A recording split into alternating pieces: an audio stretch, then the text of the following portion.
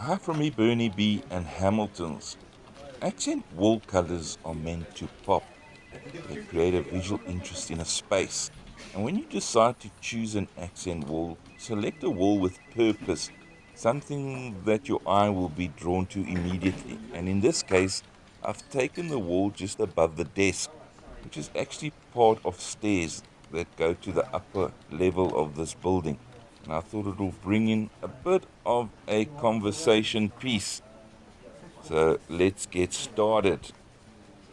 Now, for the project, I'm using Hamilton's Interior Premium Tray Set. It has a tray, a roller, masking tape, and a utility brush and a drop sheet. And the roller is the Polypal for smooth to medium surfaces. Now, to help with paint uptake into my roller, I like to primer the roller before painting. So if I'm using water-based paint, I wash it with water, squeeze out the water with Hamilton's multi-tool. If I'm going to use enamel, I'll wet it with a bit of terps and do the same. And I call that priming the roller before I begin my project. Okay, before the project begins, I think one of the most important parts that some people think, oh, they don't have to do that, but it is so important.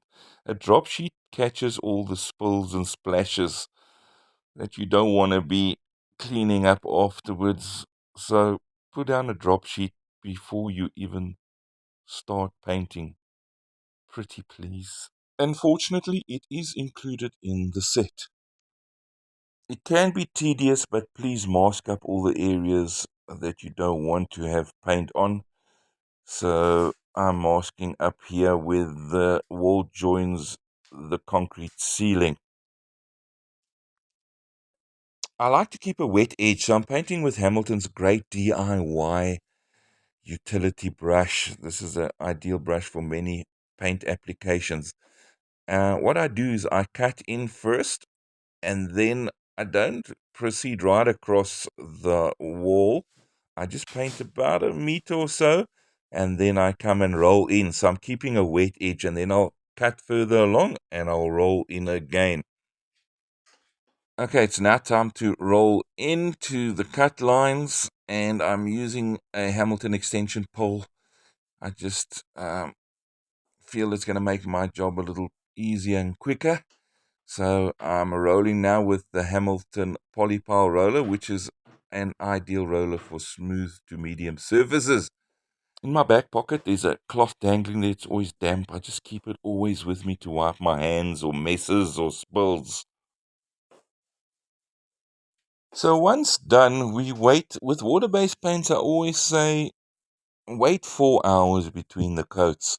If you're going to do it a day between the coats, so be it, but wait a minimum of 4 hours between coats. Okay, so this is the next day. I'm just repeating what I did on the first day, the cutting in and then rolling my second coat. And it's really starting to come together. And it's a subtle change, but it's something a little different. So that's what it looked like before. And this is afterwards. Well, let's see what comes up on the next project. I hope you enjoyed the video. If you did, please like and subscribe.